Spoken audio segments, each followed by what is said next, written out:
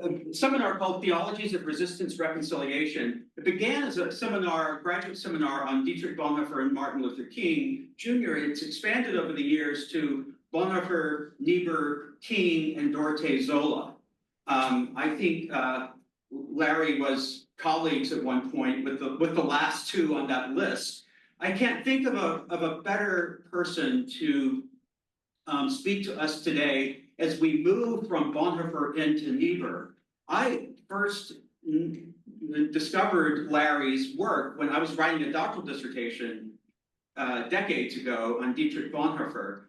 And I came to this gem of a book called Resistance and Reality. Is that the title? I'm so bad in titles. That I recommend all of you to find. It's available in a new paperback edition. I had not realized until recently that part of that book was based on a sabbatical year. It was the DAAD fellowship or a Fulbright fellowship in Berlin, towards the end of your doctoral studies in New York, during which you interviewed members of the German resistance, former students of Bonhoeffer, both in Berlin and in Finkenwalde, Eberhard Beke, other people associated with the church struggle and with the conspiracy, and that those amazing sort of voices that appear in quoted text throughout the book are based on that historical field work that we hope to have available in some digital form, maybe sometime in the next year. And Larry's work in Bonhoeffer studies is of international renown. The reason that this is such an ideal, scholar to bring in can be explained partly by Larry's title, which is the Reinhold Niebuhr Emeritus Professor of Social Ethics at Union Seminary, New York. One of the aspects of Professor Rasmussen's, theological, intellectual vocation that has so inspired me, and I know many colleagues in my generation, is the way that he has responded to difficult questions raised by both Bonhoeffer and Niebuhr regarding the purpose of intellectual life, the role of faith in the world, an exemplification of a vocation that responds almost directly to a haunting question that Bonhoeffer asked in a letter to his family and to friends in late 1942. Bonhoeffer is surveying the ruins of the German Christian church. He's in the city. The cities are in a state of rubble. He's in a Gestapo prison. He will soon be in a Gestapo prison. And he sort of surveys the kind of moral landscape of the Berlin German Bildungsbürgertum, the upper educated middle class. And I think there are also echoes of his thinking about the church. And out of this eloquent kind of summation, suddenly leaps the question, are we still of any use? I think I speak for many who say that Larry's career and his civil courage and his honesty and his probing concern for a range of issues, the kind of pioneer work in theology and environmental ethics, is found in these 3 volumes of canonical works that I have in my desk, has exemplified the reason. Yeah, if we are of any use, it's minds and souls like Professor Rasmussen who are going to be lights for us. And I know that's probably a little too heavy for you to hear, Larry, but nonetheless, grateful for you being here. I do have a more descriptive introduction that runs 7 pages that I'll share with you via text message or whatever the messaging portal is on Zoom. We are thrilled that you're here, and the screen is all yours, brother. Yeah, thank you, Charles. Well, I'm delighted to be here. And I will say that the document to which you made reference with the paragraph, "Are you of any use?" is a document called After 10 Years. And Bonhoeffer wrote it as a Christmas essay, a Christmas present to members, certain members of the resistance movement trying to overthrow the Hitler regime. And the after 10 years is a reference to the fact that they've now spent from 1933 till Christmas 1943, or New Year's 1943, resisting German fascism. What have they learned? I think it's one of the classic essays in Christian ethics from anywhere at any time, and I commend it to you. After the election in 2020, we had a class in the congregation of which I'm a part to reflect on the election and what looked to be the future for us in this country. And they asked me to teach it, and I said, I'll teach it if we'll do one thing. All of us will exegete, we'll take apart the essay after 10 years and see what lessons there are there. So thank you, Charles, for referring to that. Okay. Charles, you might let me know when 40 minutes are up, if you don't mind. Of course. Yeah. Your readings from Niebuhr are from weeks 6, 7, and 9. You got fall break between 7 and 9. And I'm using the title, Why Niebuhr Matters, for my remarks, even though that's still future readings on your course list. I don't have the same source you do, the Library of America volume, but Charles included the chapters in each of your readings, so I can find and have found the discussions that way in my copies. What I'm going to do is base my comments on why Niebuhr matters around the readings you have from Niebuhr all 3 weeks, using them usually as context for commentary to Niebuhr. I'm not going to be reading aloud what you're reading on your own. And for my time, I'm going to do the following. First, the leaves from the Notebook of a Tamed Cynic is Niebuhr on his Detroit years. The young pastor is in a growing industrial urban parish.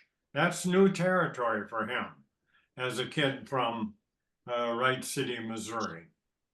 And he said later that those 13 years in the parish, quote, determined my development more than any of the books I read. So I want to spend a little bit of time on what were for Niebuhr the most determinative years, his parish years. Then I'll go to your topic for today, which is Christian realism, and selections from what was Niebuhr's first really blockbuster major academic work titled Moral Man and Immoral Society. And there I'm going to focus on Niebuhr's theory of power in society that is at the heart of his Christian realism. Niebuhr is always about morality and power, and the Christian realism in Moral Man and Immoral Society lays the foundation for that.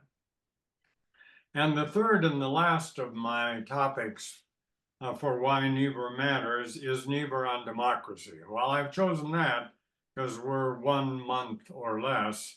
Actually, New Mexico's early voting starts today.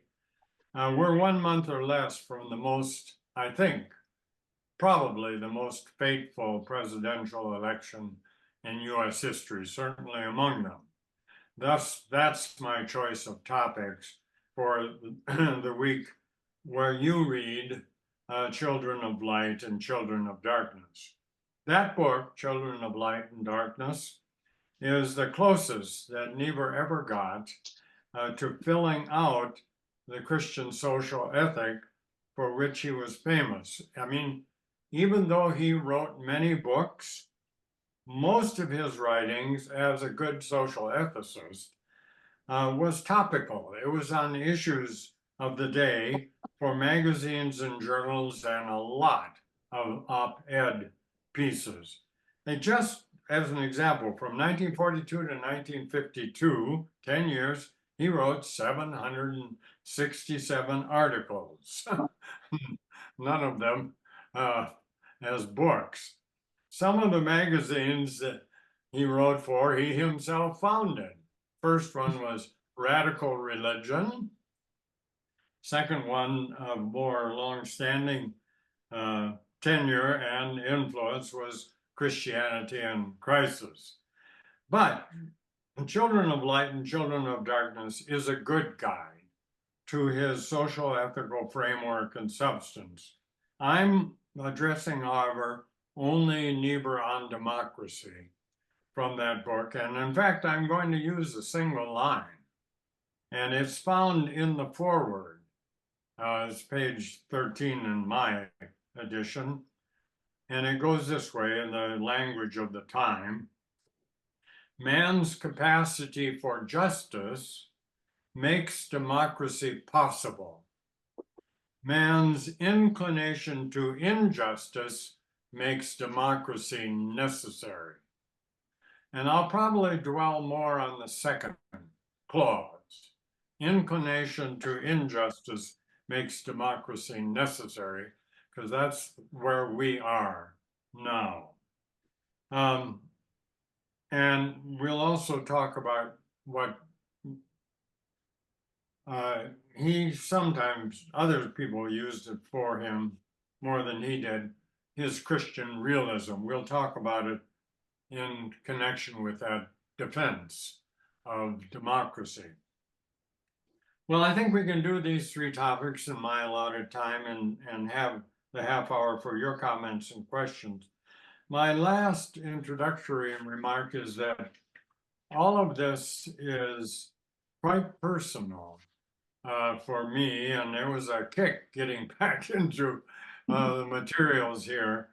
And I also have to tell you that I never think about Reinhold Niebuhr without at the same time thinking about Martin Luther King. And that's because I was a grad student when Niebuhr was my teacher and King was present in New York from time to time. And I was in the presence of both King and on a weekly basis with Niebuhr. We had a seminar down at the Niebuhr apartment. He had suffered some minor strokes, enough to slow that furious energy and schedule of his and send him into retirement, but still in retirement, he wrote books and he conducted a seminar. The one I had in the Niebuhr apartment was Moral Norms in International Affairs. However, more importantly for me were walks every Monday afternoon with Niebuhr. Ursula, I always loved going to the Niebuhr apartment because there was always so much banter in the apartment. Ursula and he were always exchanging remarks. And Ursula said, I can't be walking Winnie, that was their standard poodle, named after Winston Churchill. I can't both be walking Winnie and Reinhold. So you're going to have to walk Reinhold. So I walked Reinhold on Mondays. Other grad students walked him on other days. He had to get out and exercise every day. And the conversation with all the students and faculty always called him Reiny. She didn't. She always called him Reinhold. but the rest of us called him Riney, and the conversation on our walks typically went like this. There would be some commentary to the news of the day. I had to make sure that I had read the New York Times for that day to be prepared. And then it would move on to the moral and ethical dimensions that were surfacing in those events of the day and on the news. And then finally into theology.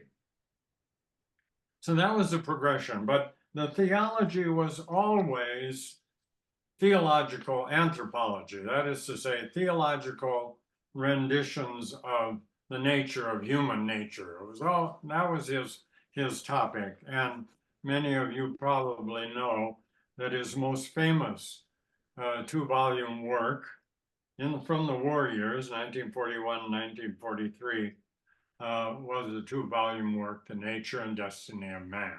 That was Niebuhr's topic, and the theological discussion was always a discussion about the nature of human nature.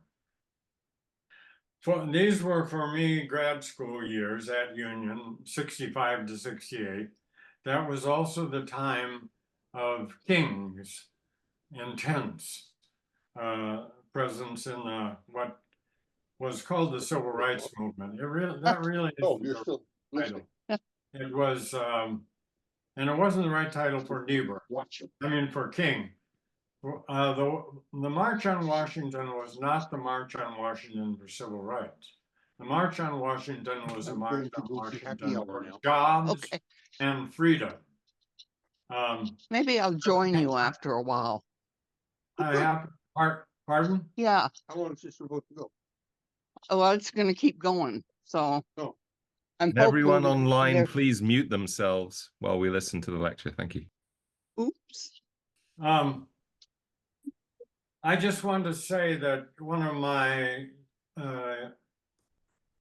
high points of my years, 65 to 68, was with other students being in the presence of Dr. King for his time to break silence speech given at the Riverside Church on April 4th, 1967. And by coincidence, I happened to be in the Riverside Church exactly 1 year to the day later, April 4th, 1968, when John Bennett, the well, if I can president figure out of how to Union, interrupted the address leave this, I in order would. to announce King's assassination. Okay, I'm only going to mention two conversation lines on those Mondays in Riverside Park. One, a conversation that I remember vividly. Niebuhr, when he had come back from, it was either a TV show or a radio show, and I don't know which. It was a conversation with James Baldwin about race in the United States. And then I want to go to a conversation about Dr. King. In some cases, they'll go together. So here's a bit about Baldwin. I've written some letters to my grandchildren about this time, and in one entitled Democracy Enhanced, I wrote to them to say, it was stupid of me not to keep a diary of the hours with Niebuhr and the time in King's presence, but I didn't. One conversation does come to mind, however. Aided no doubt by the effort this summer of 2020 and winter of 2021 to finally achieve a breakthrough in reckoning with white racism. Niebuhr had just come from a talk show where he and James Baldwin debated race matters. This must have been 1967, after the Voting Rights Act, 65, and Civil Rights Act, 66, had been signed. Yet King's campaign for economic equality essential to enhance democracy, was considered a bridge too far. As the New Yorker commented about his move north and plans for a poor people's campaign in Washington, King had begun to perceive that society tends to confine its indignation to injustices that can be attenuated without imperiling fundamental economic relationships. And King never succeeded in changing those fundamental economic relationships, not structurally, not systemically, as he sought to do. On our walk, Niebuhr's pace quickened. He was clearly animated about the time with Baldwin. We may actually clear this hurdle of race, Niebuhr said, in 100 years, looking straight ahead. I don't recall my exact response beyond exclaiming, 100 years? For students in the 1960s, that timeline was ice water thrown on our idealism. We were confident we could best any battles in our own lifetime. Only later did I learn Baldwin's view. In 1962, he said that the upcoming centennial celebration of the Emancipation Proclamation in 1965 would probably arrive, quote, 100 years too soon. We Negroes, that was the language of the day, cannot be free until whites are free. 100 years. Niebuhr and Baldwin both foresaw another century of protracted struggle. They knew what I and my colleagues didn't, namely pandemics that have deep roots and institutional legs, like the pandemic of racism, take a long time to eradicate. Victories come by fits and starts, and contexts have to be engaged anew over and again, not least because the poisonous virus develops new variant strains.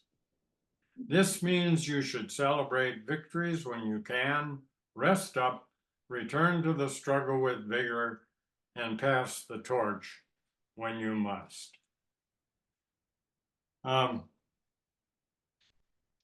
Okay. Let me go to Niebuhr's formative years in Detroit. Niebuhr was at his best in his ability to render a theological and an ethical interpretation of events as a basis for common action for a wide audience. But because his wide audience was very often an audience of very diverse beliefs, he usually didn't bring his Christian presuppositions and symbols forward in his argument, even when he himself was drawing upon them. Now, the exception, of course, is that he's a pastor in the congregation at this time, and they come forward in his preaching, obviously, and in his other pastoral work. But he's engaged in the city's struggles. And this gift of broad communication among diverse peoples, he learned in his struggles, especially the racial and the industrial struggles of Detroit. He was a pastor of a small parish, Bethel Evangelical Church on West Grand Boulevard. Now, don't confuse evangelical in this context with its meaning in the United States. It's from German immigrant Protestant Christians who called themselves evangelical in Germany, still do, Lutheran and Reformed. Detroit then, this is the trauma of World War I. This is the onset of the Depression. This is the move into Henry Ford's assembly line automobile production. This is the struggle of workers for wages there. It's the presence of rank racism, and battles with white superiority. So Niebuhr found himself in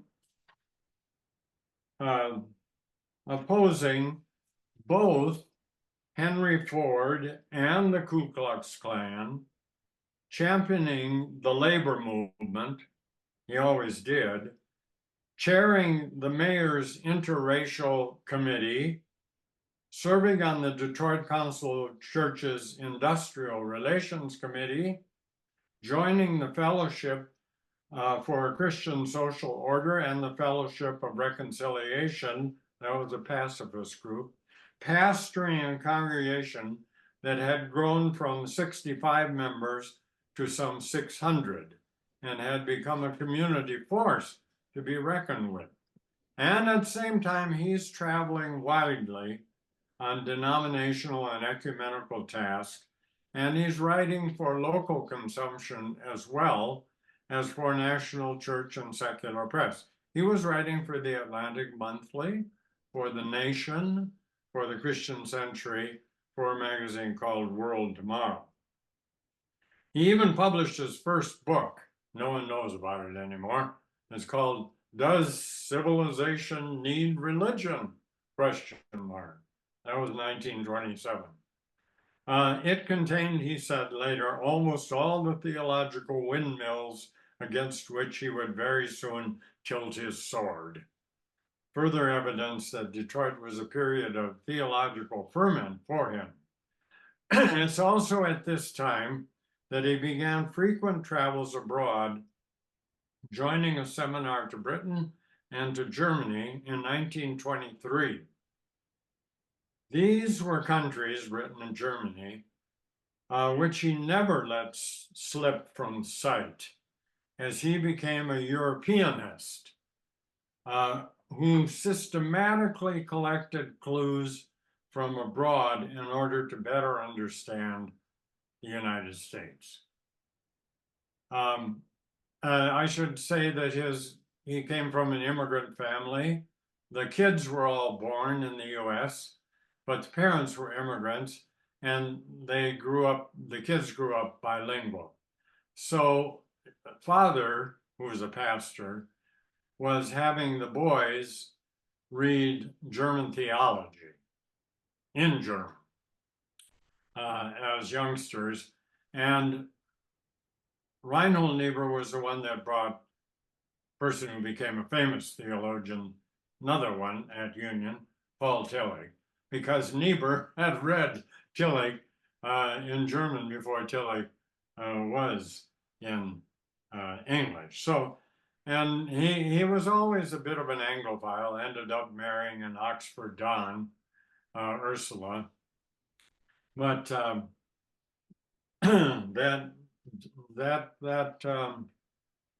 looking for some clues abroad in what's happening there as insight for what's happening in the United States became a part of what arose during his Detroit years. Now, I'll just read you this from his time in Detroit. In 39, he's thinking back. Such theological convictions which I hold today began to dawn upon me during the end of a pastorate in a great industrial city. They dawned upon me because the simple little moral homilies which were preached in that, as in other cities, by myself and others, seemed completely irrelevant to the brutal facts of life in a great industrial center. Whether irrelevant or not, they were certainly futile.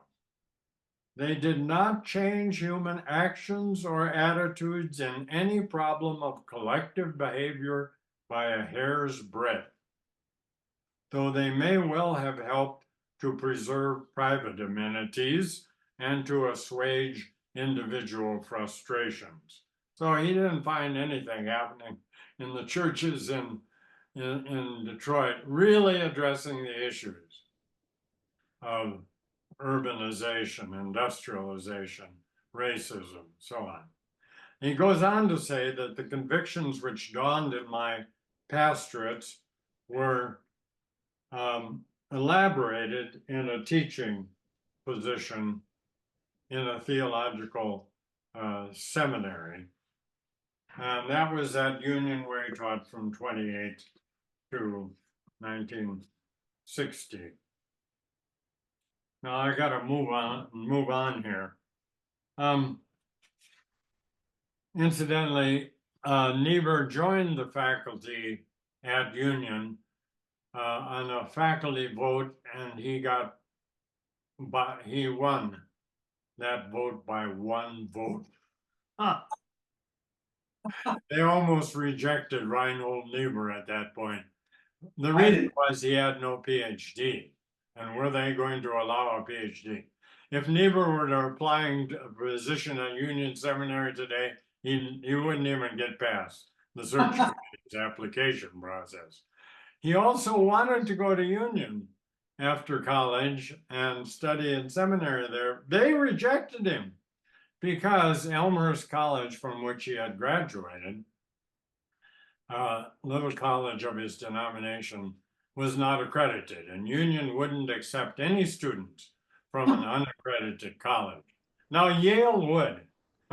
So he went to Yale, and he ended up getting both his Bachelor of Divinity, it was called at that time, and his master's degree in the same 2-year period at Yale.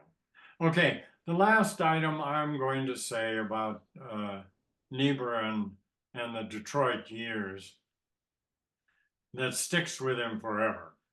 He was the engaged activist pastor in Detroit, and he never lost that during all those years in an academic position at Union.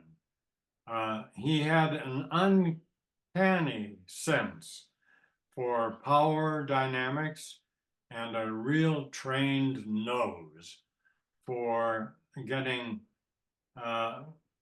for evil, getting a toehold in structures and systems and institutions. One of his students at Union, Dietrich Bonhoeffer, commented later about the rise of German fascism, quote, "Silence in the face of evil is itself evil." That was also a conviction of Reinhold Niebuhr.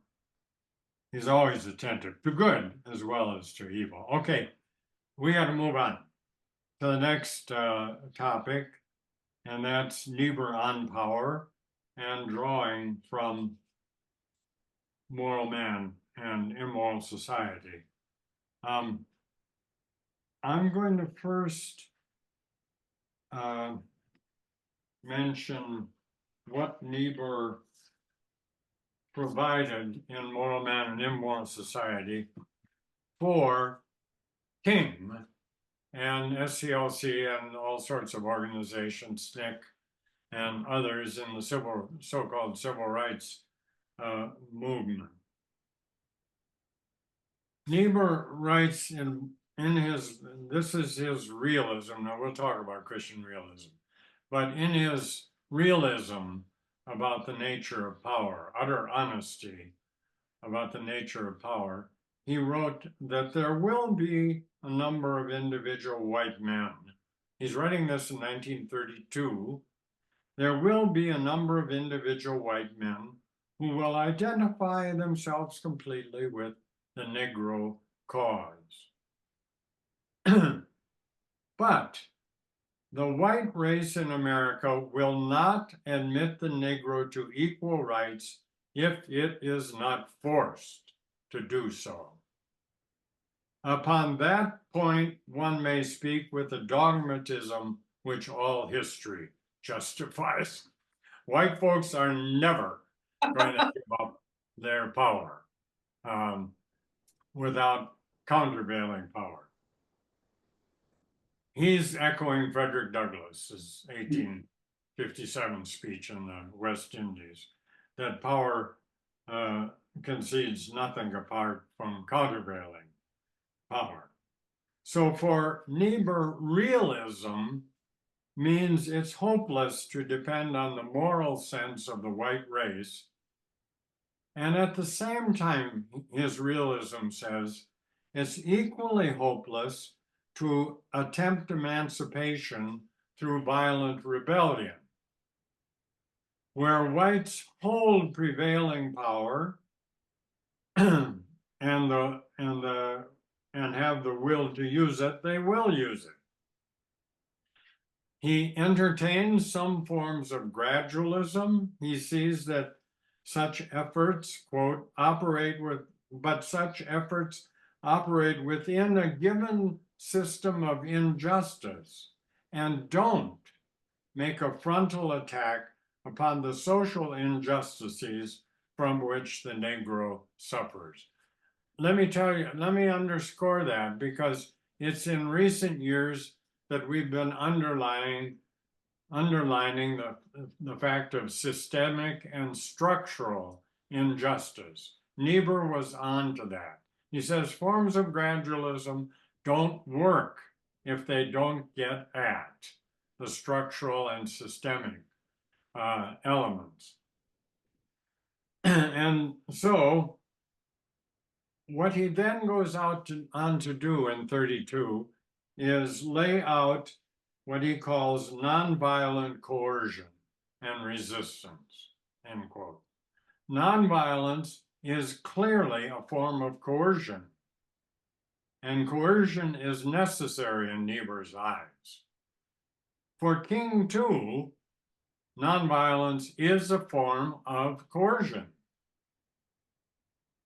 But it's a type of coercion that allows the adjustment of conflicting interests without destroying the moral force behind them. We sometimes talk about that as soft power now, and contrasted with harsh, no-give domination. So think of workers striking and the negotiations that go on there. That's an example of coercion, but it's nonviolent coercion. Niebuhr saw this soft power in workers' unionizing efforts as a way of getting to yes for all parties, and he conceived it as effective for African American struggles as well. Nonviolent power, he pointed out in 32, is a particularly strategic instrument for an oppressed group which is hopelessly in the minority and has no possibility of developing sufficient power to set against its oppressors. He also said it was true for majorities, and he said it was the case for Gandhi in India. I think I'll stop there with saying that he has laid out in 32 what became very important elements for the struggles of the civil rights movement. Now, let's talk about Christian realism. How are we doing on time? I think you have about 18 or 20 minutes. Okay. I can probably do it in that time. But feel free to do what you need to do, brother. Nope. There are certain kind of axioms of power that belong to Niebuhr's theory of power and to his so-called Christian realism. One of them is, we've already gotten to this. I mean, he's always writing about morality and power. The uses of power, many of which are positive, that's not a bad word, some of which are negative abuses of power, and he was often writing about possible restraints and limits of power. He was correct about lots of things, and one of them was the tendency of the powerful to resist any checks upon their power, something that he and King were of a mind about. The powerful will also always resist checks upon their power. I'm quoting Niebuhr now. There is no ethical force strong enough to place inner checks upon the use of power if its quantity is inordinate. And that's Frederick Douglass. Power concedes nothing without a demand. It never did, and it never will. End of quote. Case in point, neither moral appeal nor logic had any effect whatsoever on altering the course of the aggrieved masses on the Mall on January 6th. Mm. The march on the Capitol. Niebuhr also taught that evil and injustice flow from imbalances of power. This is why democracy is necessary. It's to make power more equitable, because you'll always get injustice and evil flowing from imbalances of power. Abuse of power follows from the concentration of power. That holds for every ideology, for every period of history, for every human tribe, from the family to the community of nations. I mean, stab your finger on a page in history, and you'll find injustice flowing from imbalances of power. Now, there are lots of positive relationships. You can have loving parents who are loving toward their children, but for a lot of people, domestic abuse is what is dangerous for women and children. It's what happens in many homes. And imbalance of power is a factor. I'm not saying it happens all the time, but it won't get rectified until there is some kind of addressing of that.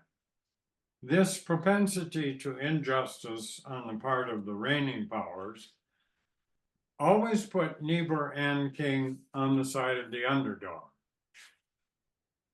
Both believed that the powerless had more of a right to fight for their violated rights than those already entrenched in powerful positions had a right to extend theirs. Well, it's not always obvious who is in power. And in fact, those in power often prefer it that way. They prefer to keep their privilege under the radar, invisible even to themselves, Niebuhr would write. They're self-deluded in their belief that they are the ones embodying law and order. This makes their privilege appear on the surface like nonviolence, since they're not the agitators. They see overt opposition to their privilege as a power move on the part of dissidents, while their own habits are regarded as forces for stability and tranquility. Institutionalized privilege thereby appears natural and normative, while the ways of dissidents appear deviant and disruptive and abnormal.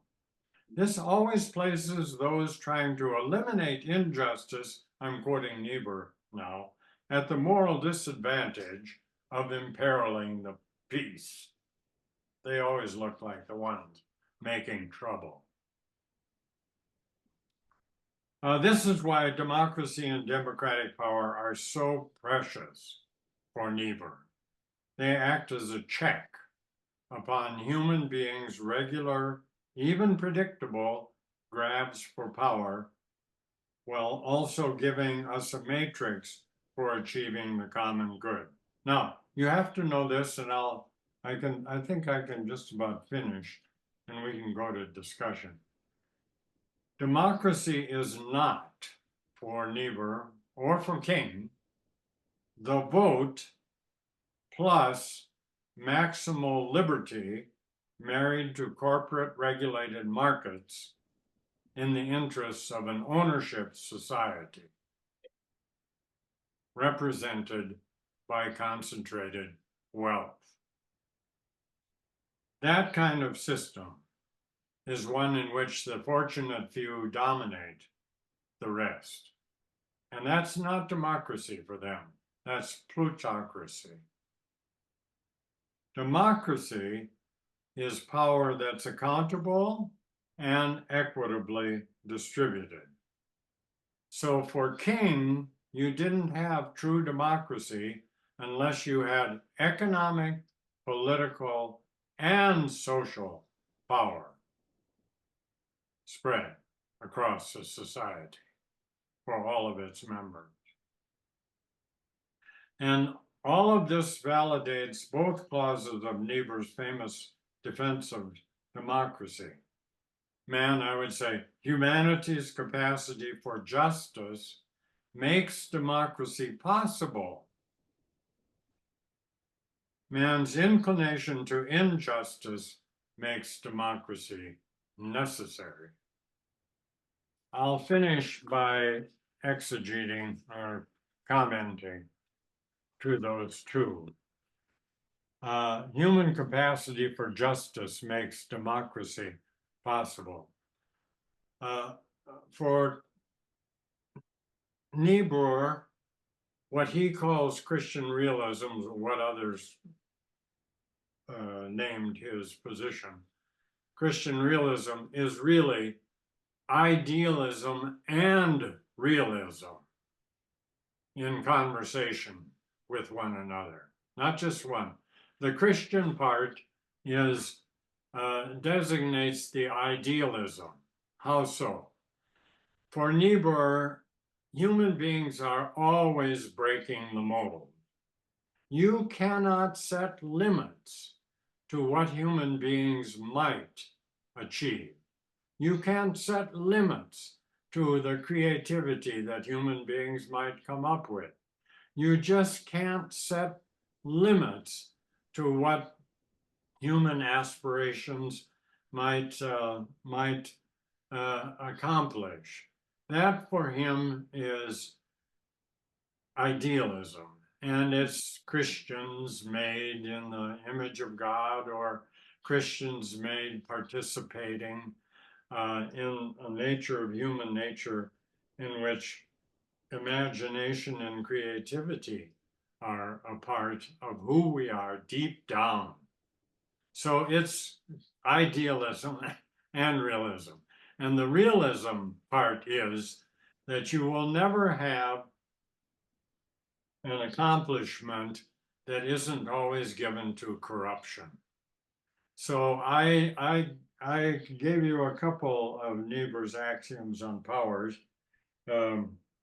Propensity of power to be resisted by those who are challenging those in power, and good and power and evil and justice flowing, or evil and injustice flowing from imbalances of power. The third one is good and evil tend to grow apace. Greater goods are fully capable of becoming greater evils. What are virtues in one generation may become vices in another generation. I grew up, and in my childhood, there was no such thing as a plastic bag. Right now, and plastic is a petrochemical miracle product.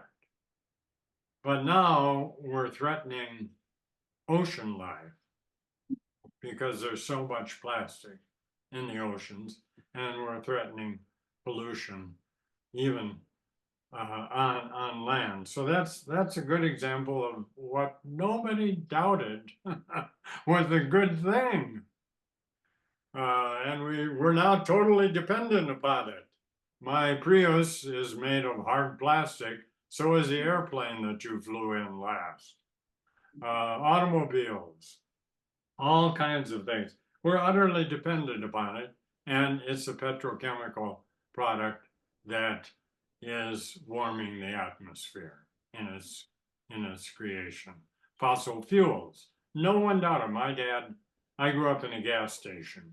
My dad had a gas station and automotive repair shop. We didn't doubt at all the wonders that fossil fuels, that gas and oil provided. Now, fossil fuels are dooming, some would say, the world of our children. And if we don't quit burning fossil fuels, they will be doomed. So the good and evil tend to go apace. I'm collecting articles these days on generative artificial intelligence. There isn't anybody that's going to back off of developing artificial intelligence. Too much money in it, too many possibilities of it doing important things, good things. And I'm not going to back off of it as long as it tells me how to get to where I go without having to consult a map and just put in information and let the person my wife calls destiny tell us how to get there. So good and evil tend to grow apace. That's a Niebuhr axiom. Okay, maybe I should close with a statement by Niebuhr of his own faith. That would be a good spot, I think, Charles, for me to close. I mean, before our discussion.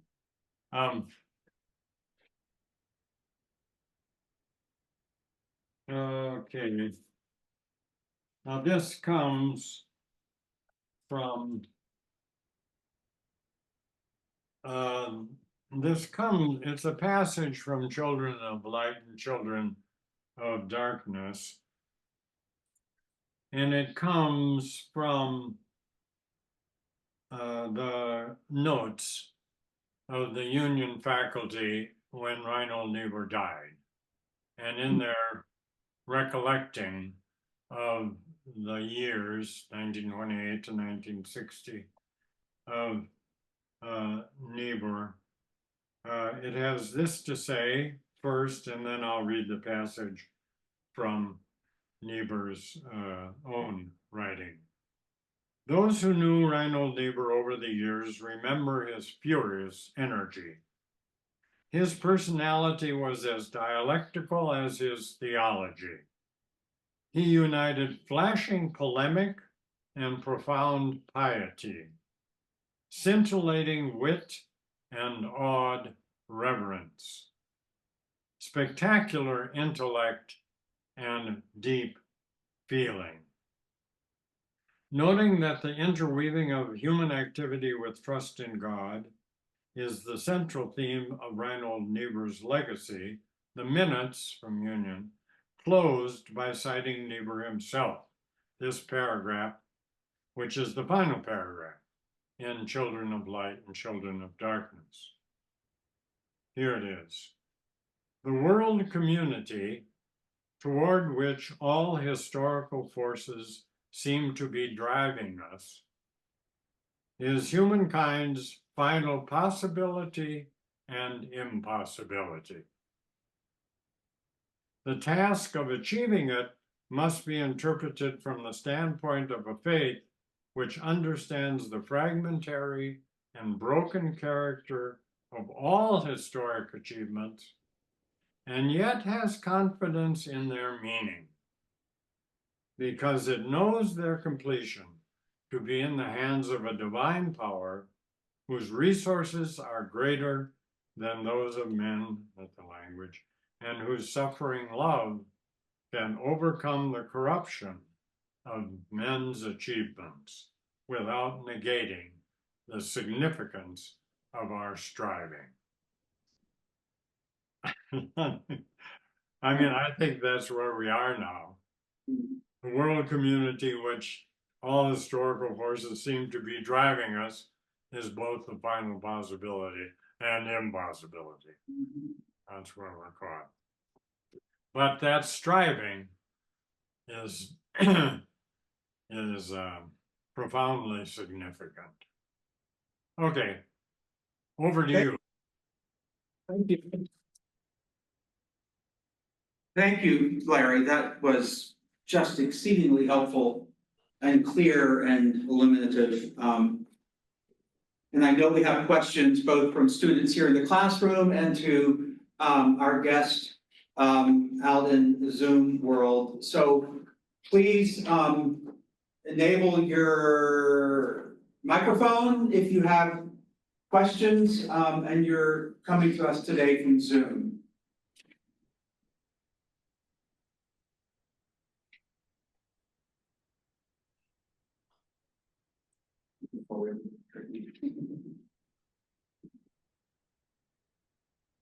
I can begin with a general question. And it's simply, how or where would you position Reinhold Niebuhr in the current political landscape? Yeah. I think I'd have to first, well, I have to first say that some things are of perennial significance from Niebuhr.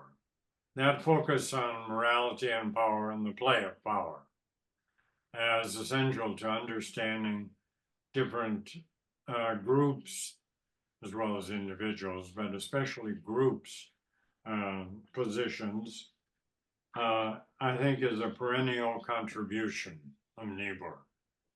And in some ways, the thesis of moral man and immoral society also continues to hold.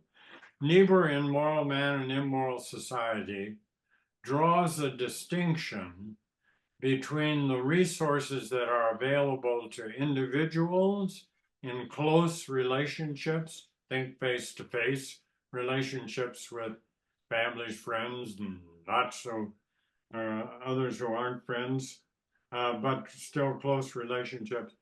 The resources for changing minds and directions are greater in those kinds of relationships than they are in group relationships where you have large collectivities. I am going to, and I think that distinction, although Niebuhr later, I was in a class with him when he said he probably should have changed the title to Not So Moral Man and Even More Immoral Society. But nonetheless, the distinction held between incapacities for individuals in small groups for change and what happens to individuals when they become parts of collectives, parts of group constituencies under threat. I'm going to share with you, Charles, in response to this connection, conversation that has haunted me ever since I'd read Isabel Wickerson's book on Past, and then later she has a conversation with Tyler Branch, Yes. the renowned historian of the civil rights movement.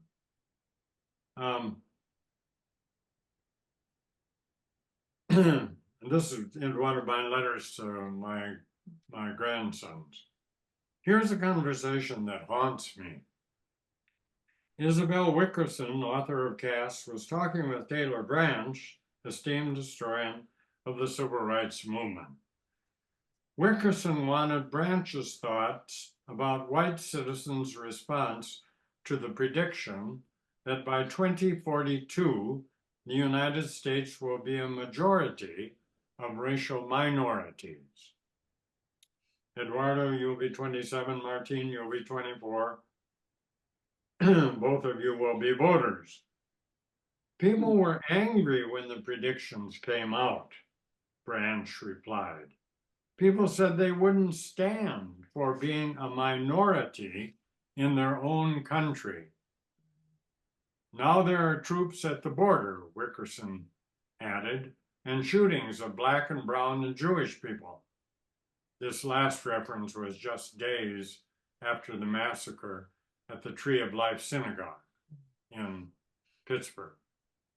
Taylor nodded, thinking, and then asked, so the real question would be, if people were given the choice between democracy and whiteness, how many would choose whiteness? Has it come to this, that most whites would rather live in a white authoritarian state than in a multiracial democracy in which they are a minority? Well, you all in Charlottesville know something about protestations lodged in white power, white privilege. So I'm just underlining the theme of moral man and immoral society, that we operate differently as members of collectives under siege than we do operate in face-to-face relationships.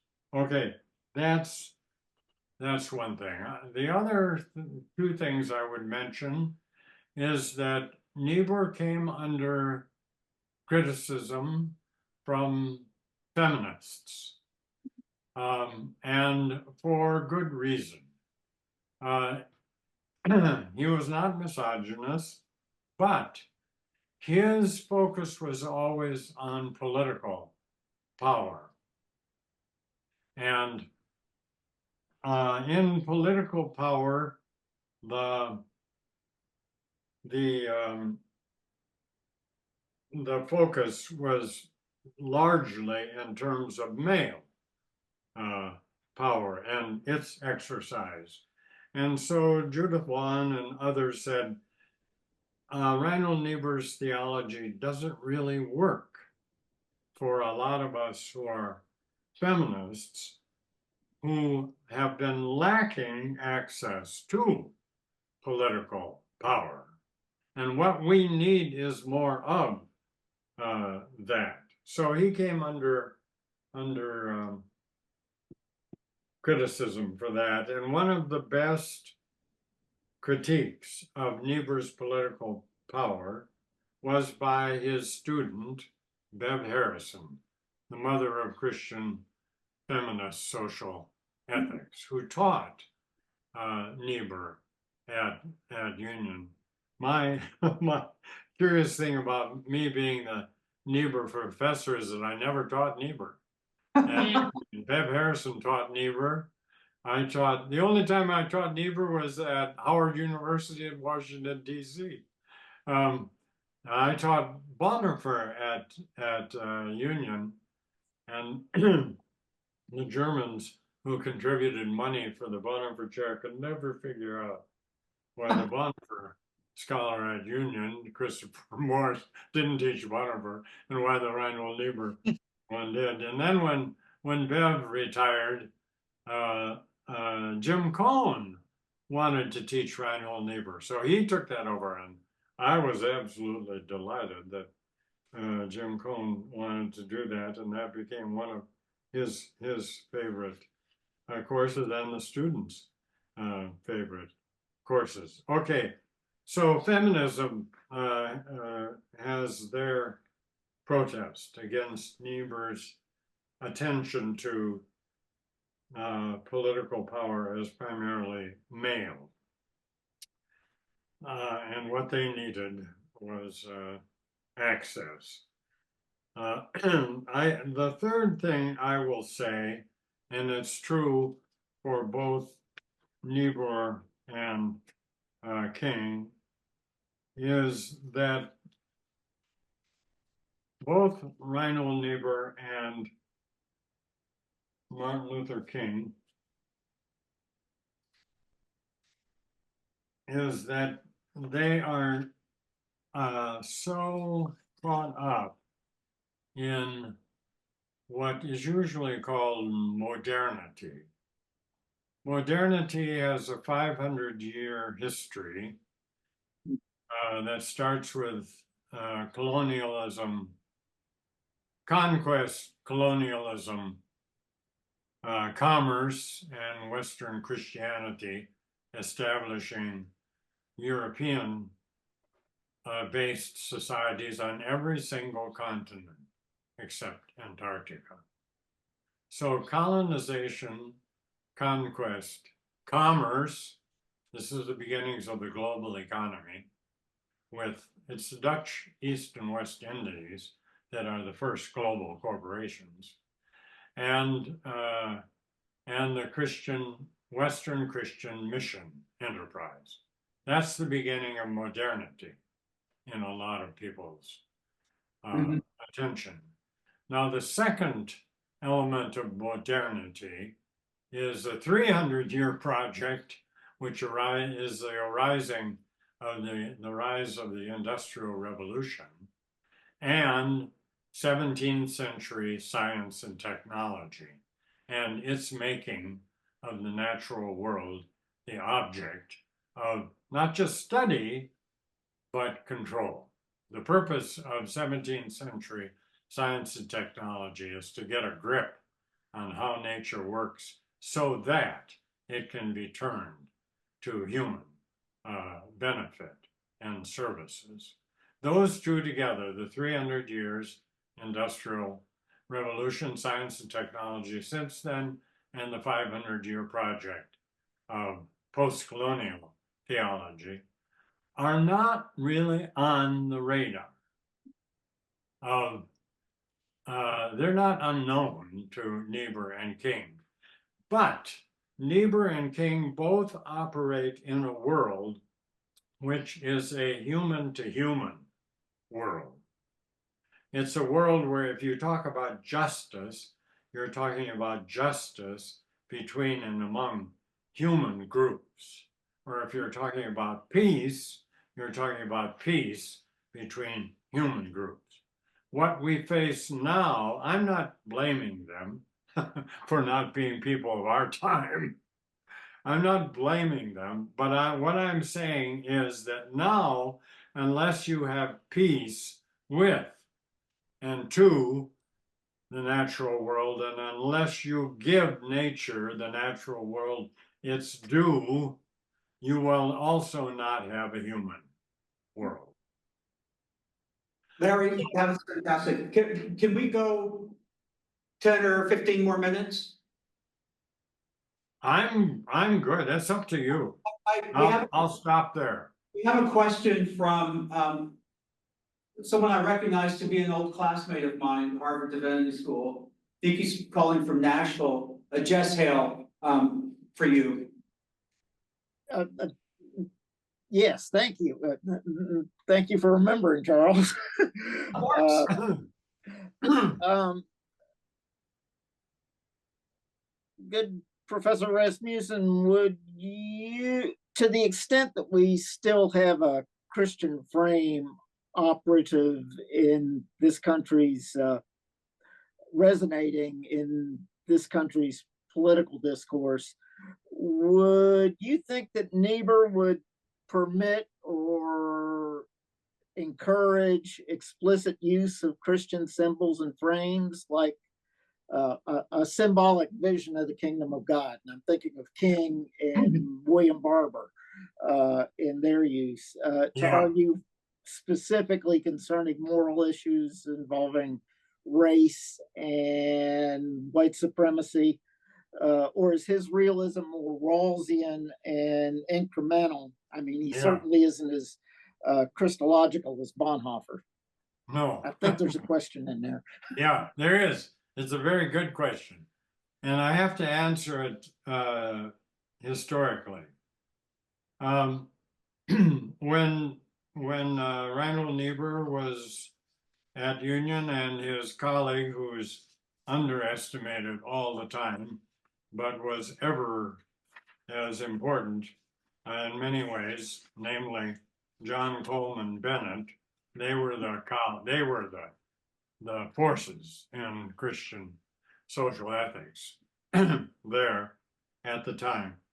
At the time of their rallying of people to the causes of social justice, they could assume a Christian formation on the part of Protestants and Catholics in the society. And they did. They never spent their time on issues of basic Christian formation. That was in the hands of other people. It wasn't in the hands of those people who were addressing the big social justice and peace questions. Now, that has all changed. We cannot assume that anymore, and ought not to, and much of it has been overtaken in ranks that Niebuhr and Bennett did not approve. For example, Bennett especially, had a running argument with Billy Graham and the evangelicals and critique of them. Well, the evangelicals have continued to focus on Christian moral formation. So I think, and of course, what you mentioned, William Barber, earlier, the Niebuhr ranks, Jesse Jackson and others, who always attended to these things and used Christian symbols, and never with criticism from Niebuhr and Bennett. But I think were Niebuhr around today, he would be detailing the relevance of basic Christian symbols for our formation of character and conduct, definitely. But at that time, it wasn't to their mind, necessary.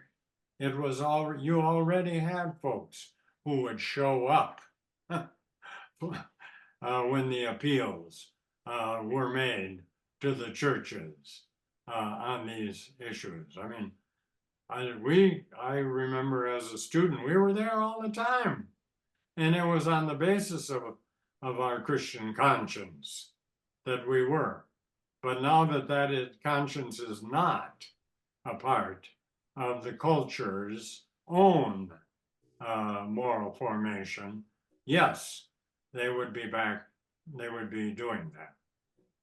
That's such an interesting point. Wow. Thank you.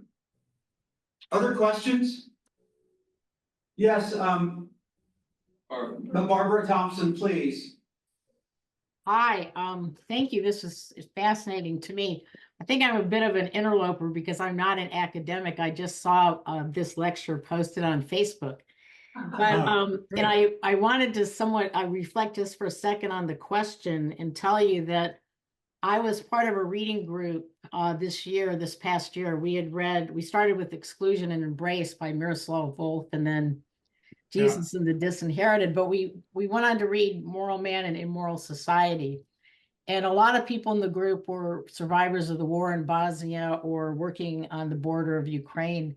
And that book just meant so much to each one of us.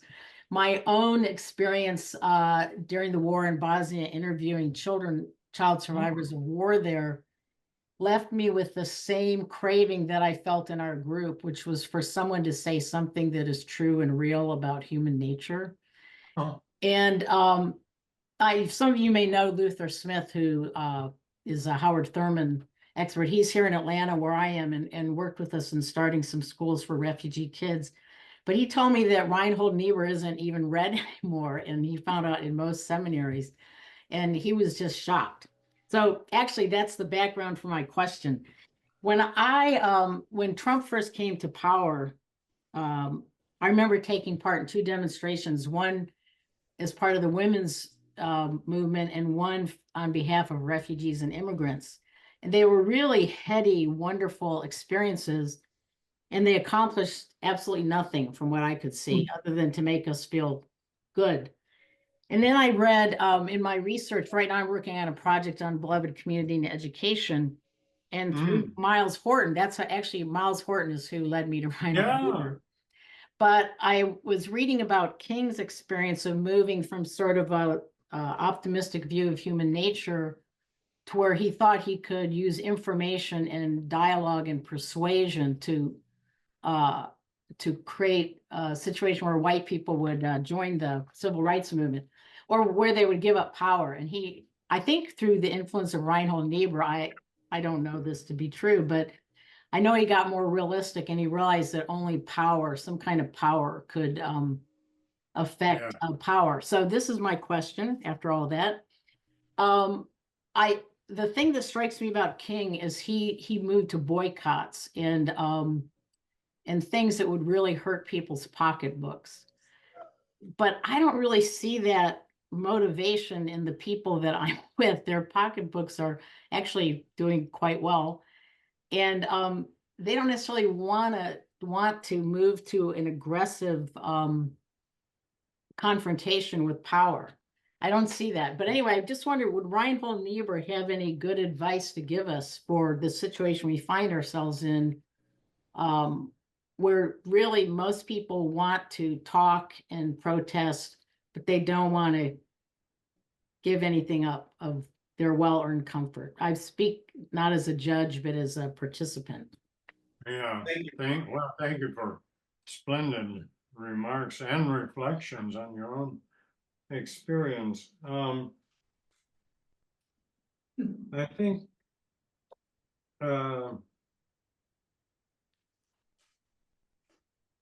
I would answer this way. Niebuhr always had a running argument with what was called liberalism. And liberalism was a confidence in human nature, a confidence that we could make progress and that we could secure progress. And Niebuhr says, you know, in the end, I guess I am a liberal, but it's not in that way.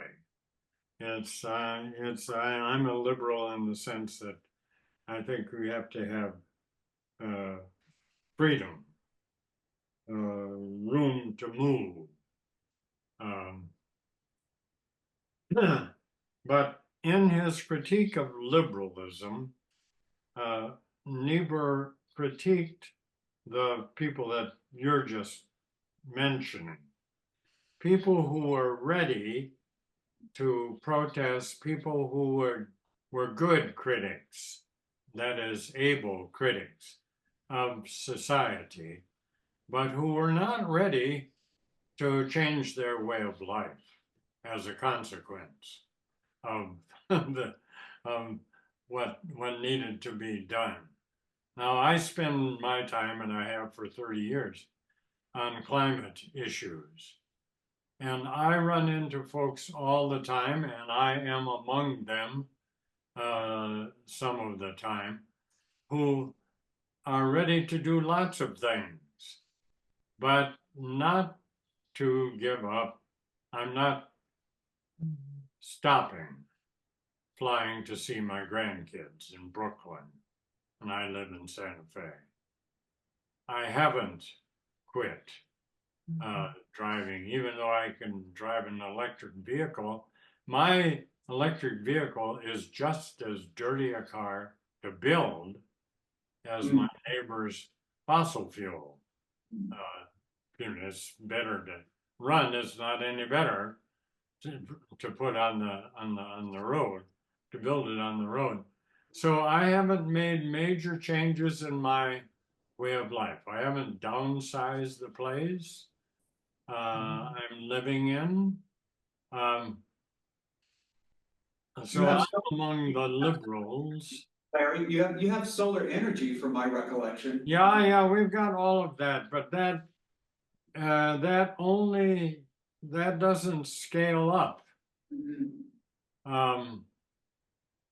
Yeah, I'm good. I'll have 100% by January of solar panels to take care of the heat pumps that we put in, that are now running on electricity generated by the city, which is generating it in part through natural gas, so burning. So I still am not free of these things. So I just think the point that's being made is that there still isn't, in many cases, the power confrontation that's required to force a change in a way of life that isn't adequately addressing climate. And I certainly know that people find lots of ways to not to even address the issues themselves. They're just not going there. They're just not studying it in some cases, even. You know that Governor DeSantis had the state of Florida scrub the reference to climate change on every single one of the state's references to climate change on their websites. So doing the capacity for this is awful. And Reinhold Niebuhr, here's another contribution from Niebuhr, and then I'll say one more thing about why I think King got some things right that Niebuhr didn't. The Niebuhr's contribution is that reason serves our ideological purposes. Doesn't mean we should give up on reason. It'll just never be free of the interests, especially the collective interests that are our interests. And I think I see that borne out again and again. So even when people talk about climate change, they find ways to do it such that their reasoning serves to allow their fossil fueled way of life to remain in place. Okay, I want to say just one more thing about Niebuhr and King. I think King had a firmer grip on the hold of economic injustice than Niebuhr did. That is because Niebuhr always responded to context. Niebuhr ran as a democratic socialist, ran for Congress, got absolutely trounced, and was converted by FDR, by Roosevelt, to a kind of government-regulated capitalism. And both Niebuhr and King were very impressed, especially with Scandinavian capitalism. It's not socialism. Well, I mean, they're a party, Social Democrats, but it's still a capitalist order in those countries, Finland, Sweden, Norway, Denmark. But Niebuhr gave up some of his most biting critiques of capitalism, and King became more radical as the years went on. Niebuhr became less radical as the years went on. when it came to economic possibilities and injustice. And likewise, I think King's grip on what genuine democracy is. He had a better grip on that than Niebuhr. Niebuhr, they both agreed that it's about the distribution of economic, social, and political power, but Niebuhr was readier to accept compromises than King was. Larry, Yeah.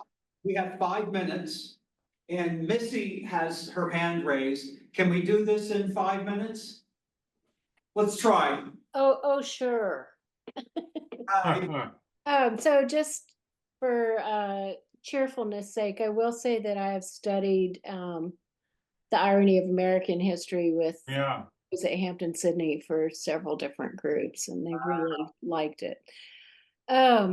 So I've only read 2 of his works. I found them very insightful. But then you look back and you go, oh, this was written 60 years ago. It's still like absolutely pertinent. Yeah. And we still got all the same problems, which like I didn't read into his work any feeling of despair because mankind has not seemed to progress Yeah. one iota. I mean, there's occasionally a sense of humor, and it sounds like there was a sense of humor in their marriage. And I know one of the dedications of his book, he, dedicated it to his wife without whom this would have been possible, and to my children who interfered in every way possible. It's like, oh, it's kind of funny and cheerful. So I just like, how do you not see any progress virtually at all and not despair? Yeah. And Yeah. he does seem to hold those 2 things, this opportunity for human advancement, and yet, yes, and it's, also very constrained. So just Yeah. Thank you. Thanks. 2 things quickly. The irony of American history is perhaps my favorite of Niebuhr's books. And to write at that time, this is World War II, to write at that time to say that both the Soviet Union and the United States, for the very same reason, namely their idealism, they think they've got the lock on what's right to make history turn out right. They both end up being ironically imperial, even though both deny being imperial. Well, anyway, that's another story. I never saw and never experienced Reinhold Niebuhr despairing. He may have had his moments, and I think the reason is that his understanding of God is really Luther's understanding of the suffering God and the hidden God. God is hidden in the ordinary things of life and in the ordinary relationships of life. And this God, who is hidden in all that is a God who is with us in all that is. So there isn't any time when Niebuhr, and that's why that faculty note about his profound piety is a relevant note, is because he does believe in a God who is present in whatever terrible circumstances, lack of progress there might be. And it showed up in the very last days at Union of Henry Pitney Van Dusen and his wife. They came up with a suicide pact together. And Roger Shin, Niebuhr's successor at Union, told me one time, he said, I don't think Henry Whitney Van Duzen's liberalism, his confidence about human nature and progress in human society, that wasn't borne out, and he utterly despaired. But Reinhold Niebuhr, who suffered strokes and was bedridden, never despaired. Mm. And I think that's because of the suffering God that was Niebuhr's God. Thank you. What a perfect way to conclude this seminar. Thank you so very much, Larry Rasmussen. You Yeah. are a light to us all, and we are grateful for this time together. And thanks to all of you for joining our conversation. My pleasure. On the Thank you very road. much. Thank you. Thanks, Larry. Bye. Bye.